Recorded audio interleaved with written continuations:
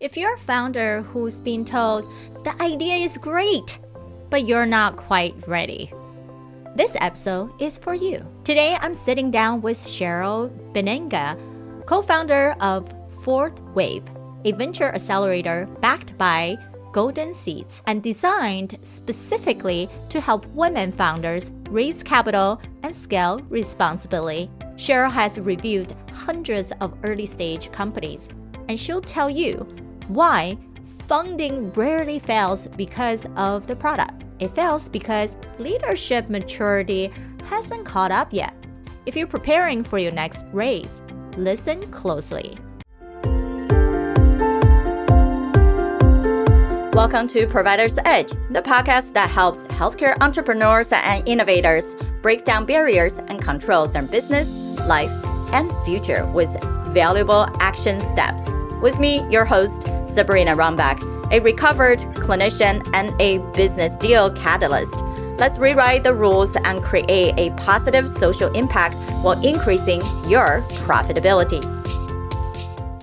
Before we dive into today's expert conversation, founders, especially if you're raising this year, listen up. Your pitch isn't just a story, it's a strategy. You had the dragon slaying, but not the GTM. Same feedback as the last 8 calls. If you're still guessing what investors want to hear, you're pitching to mannequins. We've just removed game-changing and Uber for X. That brings your buzzword count down by 60%. Good. We don't just critique your pitch, we co-create it. I feel fundable. Pitch to Yes Diagnostic Lab isn't a critique session, it's a rebuild. You leave with clarity, confidence, and a strategy that closes. Apply now at pitchtoyes.com today. Early stage funding is always tough. And sometimes because there are so many amazing ideas, how do you get your ideas out there to be super clean, understood by everybody who's hearing you? Not just the investors, but also whoever is in that audience. And can even just be, you went to a meetup, you went to a networking event. Now, getting funding in the space of healthcare, especially when you're a woman leading the change, become even more tough. And we know we love to talk about this topic, and that's why we have a mini series for Funding Her Future. And that's how my entire TED Talk is about. And we have the amazing Sarah here with us, who is running the amazing accelerator Fourth Wave, all about supporting women founders in this space. So can't wait to have this deeper dive and picking Cheryl's brain on how do we support women, and you as a women founder, how do you get some early stage funding? So welcome to our little warm stage. Thank you, Sabrina. It's great to be here today. Yeah, so I would love for you to share a little bit about your story on how did you come up about the idea of Fourth Wave and what really ignited all of us who really wanted to help this particular community and accelerator. Yeah, so my background is in venture capital. I actually started a long time ago. You can tell by my hair I'm a little older than you. So I actually started back in the .com days, and I was with a group called Intel Capital, which is Intel's venture capital arm. And we grew that to be the largest corporate venture capital fund. And I did that for many years, as well as I invested with a private fund called ARV. And through all that time, there were so few women that we were, investing in, or I was on boards with. And I really missed the opportunity of having a lot of women creating, companies and investing with them. And so about 10 years ago, I really just focused on how do we get more funding, more ideas, more great technology companies built by women. And the opportunity to co-found an accelerator called Fourth Wave came my way with Nancy Perlman. It had been founded in LA as part of the Mayor's Tech Council in Los Angeles. And we were looking at spreading it throughout California. I happen to be in Northern California. And so we started it here in Northern California as a nonprofit with the goal of providing mentorship, leadership coaching for self-development as a leader to build big companies, and for funding, access to funding. So with those three goals, we began Fourth Wave in 2017, and we've helped almost 100, I think it's like 98 companies grow and develop over that time. And so we have a number of sectors, but many in the medical technology sector that we've worked with and seen some really phenomenal results. Yeah. When me and Cheryl connected, I think we were so in tuned into one of your three pillars, which is that leadership piece. Because as we grow in company, we know we're not just growing a product, service, a business model. We're actually growing a person. And that person is where everybody gonna look up to.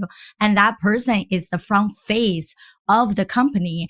And despite what we don't think people are staring at us and how we perform, they are.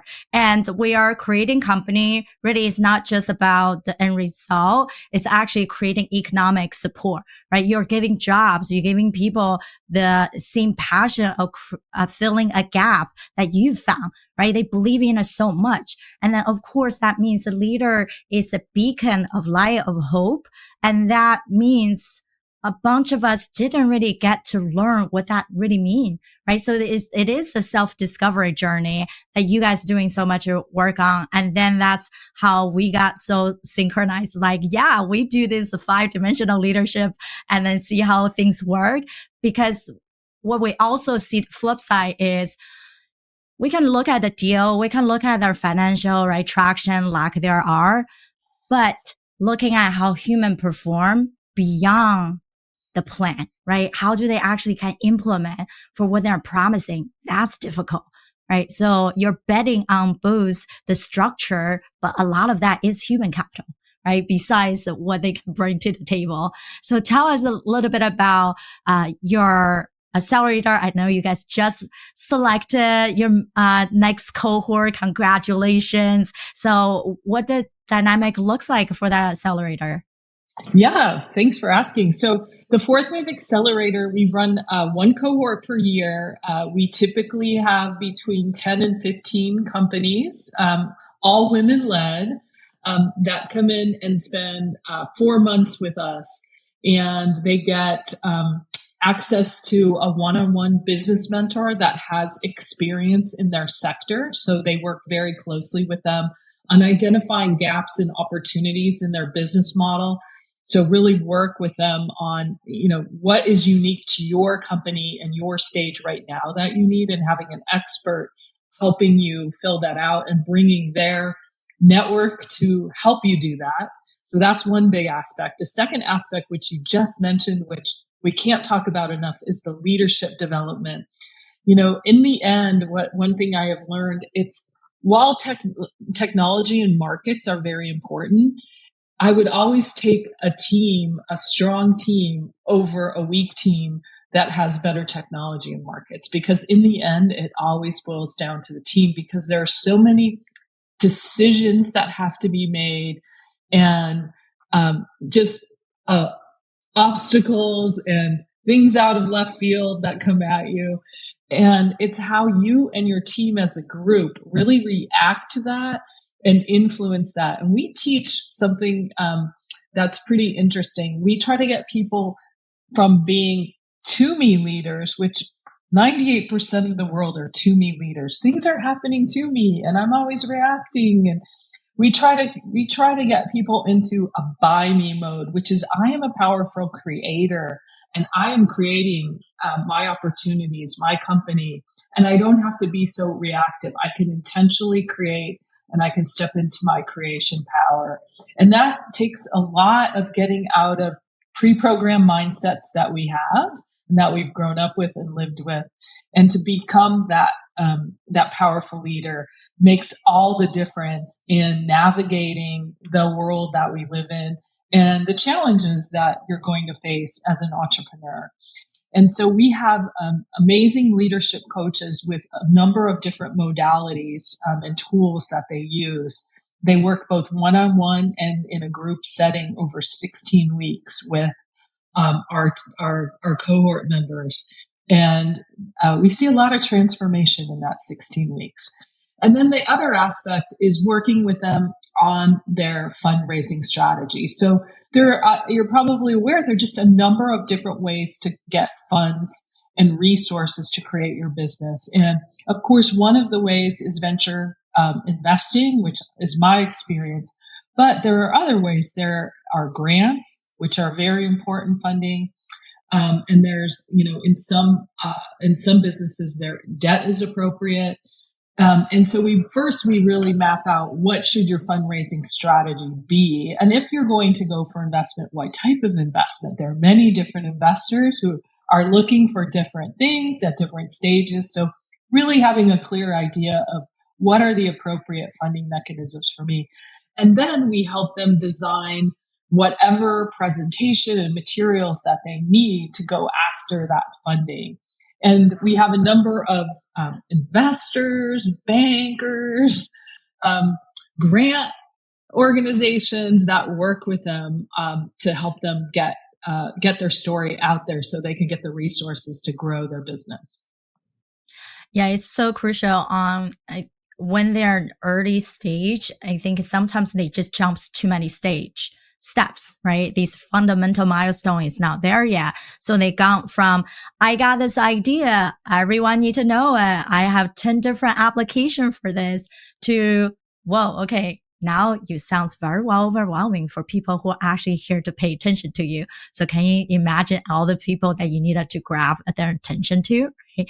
So how to get them into, there is a purpose alignment, there's the people alignment, and then how you talk about what you do, how you do, and not so scientific, not so, oh, this molecular is so special. No, people care about the actual outcome, what's in it for them.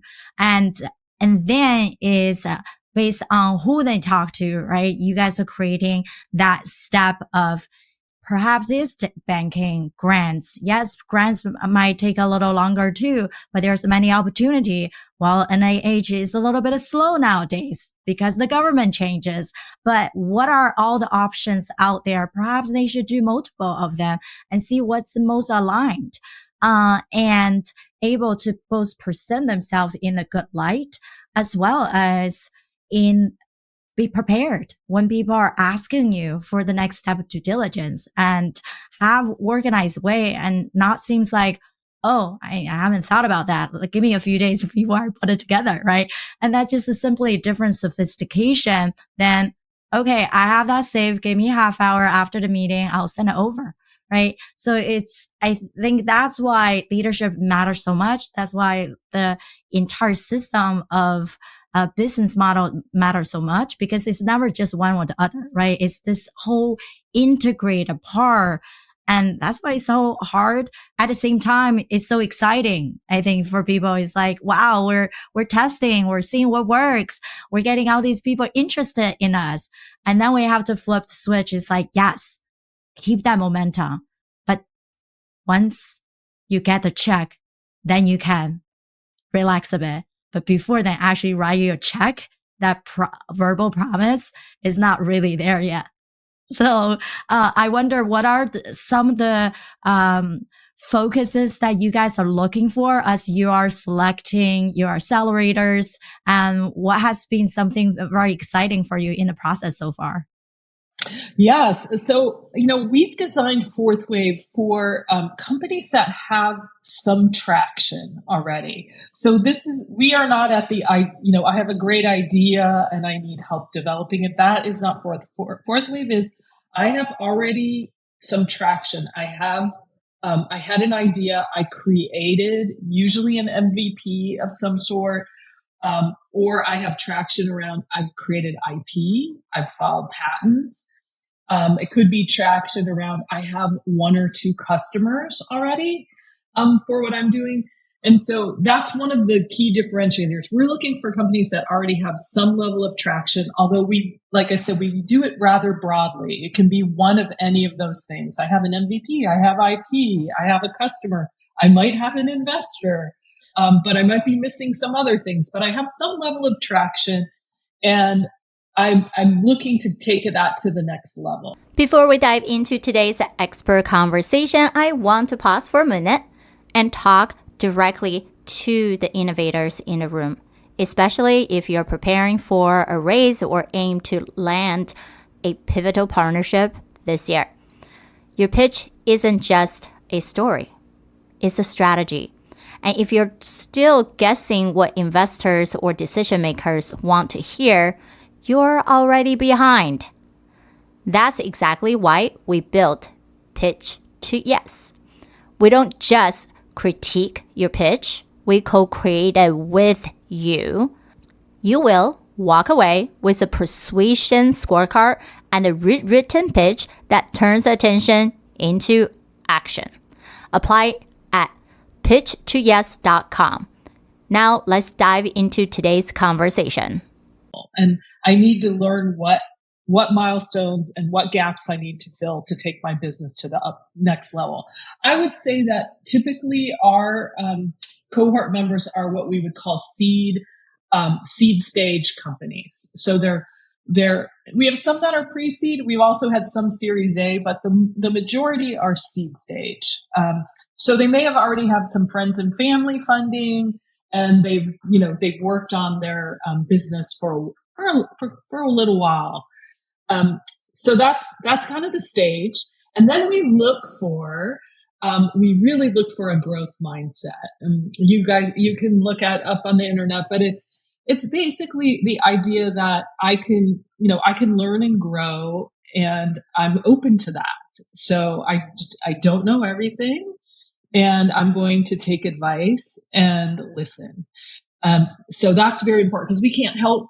We give a lot of advice and provide a lot of coaches and mentors. And if people aren't open to listening and taking that advice, then it's not really going to work out really well. So we actually ask a lot of questions, both on our application and in our interview, to get people who are going to be very open in terms of that mindset. And, then we ask for the time commitment. To work with us over that 16-week period.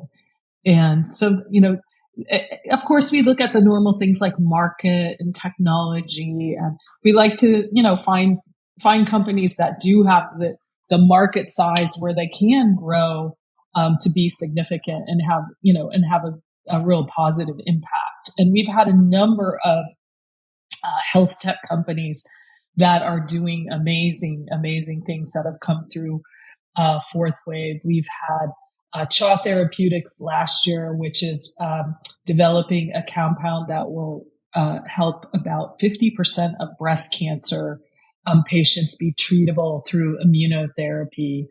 And we've had Deoro Devices, which was just announced, was sold to Drive Medical, which is one of the largest medical companies, that had a device that helps stroke and Parkinson's patients walk by using visual and auditory cues, which is just an amazing breakthrough. We've had Ananya Health, which has the lowest cost cryoablation treatment for cervical cancer. Novacuff, which is helping with preterm labor. And so we have, we've had these amazing women that have developed devices and therapeutics that can really improve our overall health. Yeah, it's definitely a diverse mix of some amazing things that we all wanted to have more of. And then it's like getting in the hand of the right clinicians, the systems, right? And the right payers, and to really making this a bigger impact. And then they're so fortunate to be having a group like Force Wave. And I definitely hear you on the piece about selecting people with growth mindset. I think for us, one of the things we have all our portfolio company to sign is a CEO pledge. That pledge has some of the elements similar to you guys, is to say, I am committed to my self-growth. I'm committed to have space, committed to have resilience for my entire team, right? Is committed to be able to have open dialogue, because we know things shift, right? When you go on vacation, you come back, you're like, oh my God, all these things piled up. And of course, you won't be on the same path of how you planned out your calendar exact way as you before you got on, right? And same thing when we are so passionate about speaking at conferences, having a booth and all that jazz. You have all the handful of business cards. Now you have to follow up with everyone, right? So those tedious work, but actually builds relationship. So sometimes it can feel like, oh, it's a hiccup because it's off our routine. But we also need to know how to be able to allow ourselves to be flexible through that. Just like me, lost my voice, but I haven't been home for 4 weeks because I've been on the road for conferences, whatnot. And, of course, I want to have a time with my friends who I haven't seen for weeks. So then it's okay. I can still show up. You can still be the spiritual self, but just not my talkative self, right? And I give myself the grace of then I slept for 12 hours. So it's that be able to have this ecosystem of what people build for the company, and also allow yourself to have your own personal ecosystem and your family ecosystem, right? And a lot of women are married with kids. They're still on the road. They're still doing everything they can. Sometimes they take their kids with them, right? And then they learn on the road altogether.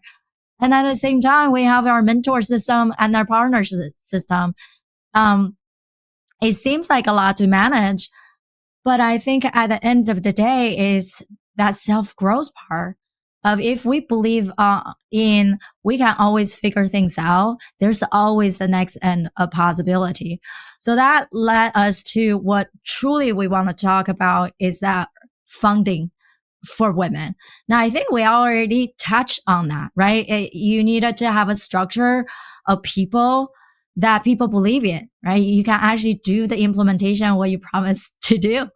And you have a structure that very much sound to the rest of us to believe in you, to give you the funding or give you the support that you need. And you have to also be a good social promoter, right? Really champion the cause you have and get everybody else to champion.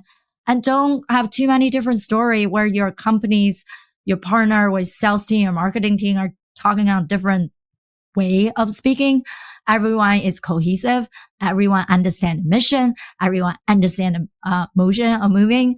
So what else, Cheryl, have you been seeing, especially you come from the VC world and have dealt with different type of funding? What would be some of the perhaps mistakes or people just never really talk about enough that you're seeing that need to be paid attention? Yeah, so I would say that in the health tech space, which, as I said, we have a good number of cohort companies that we've worked with, is we often see really great technical medical solutions and researchers who are brilliant and have great solutions, but do not know how to talk about it in a business context. And so the challenge for them is to really understand how to talk about that to investors, right? Because it's very different than talking to a clinician about what you're doing, which you also need to be able to do, but they usually come to us already brilliant at that. And where they really need to learn is how do I talk about my technology and my research in a way that investors are going to understand it? And then how do I build a business model and milestones that are going to make sense for investors? So it may take me tens of millions of dollars to get it to market and through FDA. But how do I break that down into manageable milestones of 1 million or 500,000 to 1 million to 2 million? How do I break that down and hit my milestones so that I'm de-risking that $10 million investment on the way to bringing my solution to market? And that's where we are able to help quite a bit.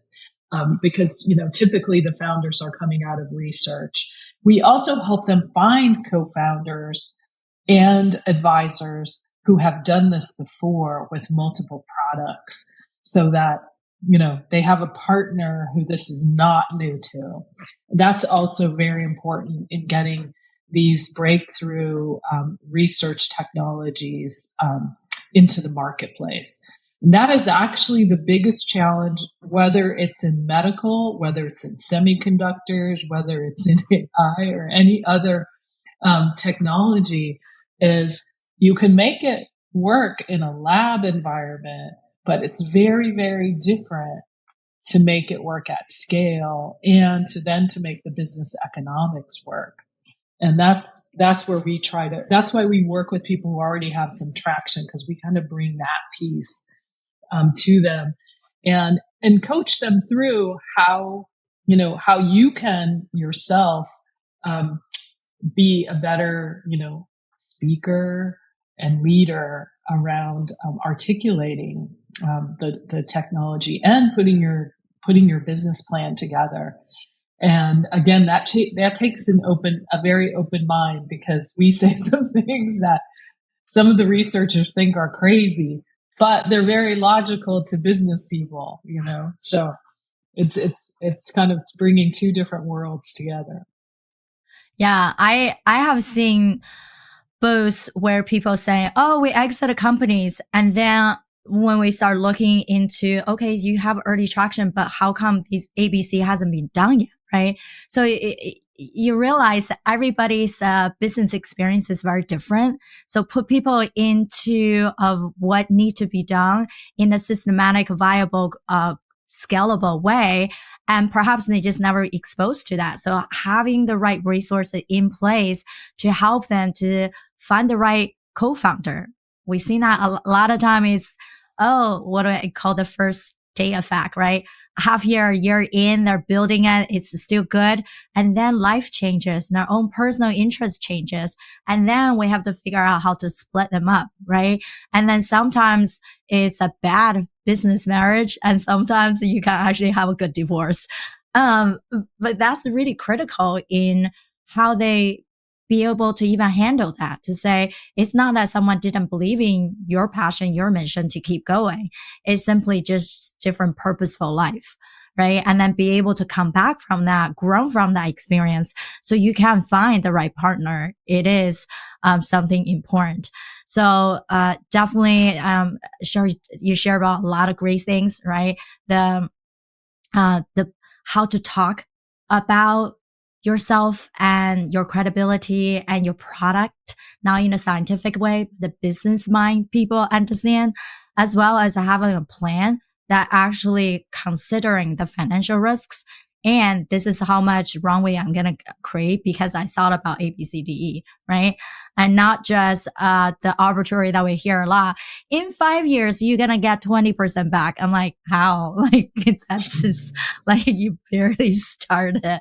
And so give us the sound, logical thing that perhaps is not logical for them, right? The scientific brain, but it's logical for the other side of people and open to adapt for everything. It's amazing.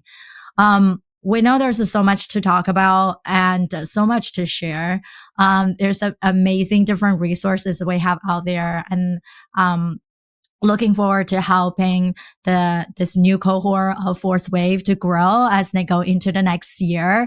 I love doing pitch rewrites, and that's why I got into the whole field to launch podcasts, doing TED Talk, right? We're talking with our emotion words, but also our body, right? Like how to stay confident on camera when you guys thinking about many times nowadays you're having a lot of Zoom meetings with investors or system leaders, and make sure your background, right, number one, is checked out. Besides what you're trying to present, is it's something that people might not even thought about. But we're just so excited for everything that you guys are being doing. We're loving all the women's support groups, founders. And so for everyone, make sure to go check out forcewave.io for all the additional resources, and considering applying for the next cohort as we have closed this year. So excited for everything else to come. Yes, absolutely. And I'm going to mention that we're also putting a women's health event together here in Sacramento, California in November of this year. So fourthwave.io, you can learn more about that as we get closer to November.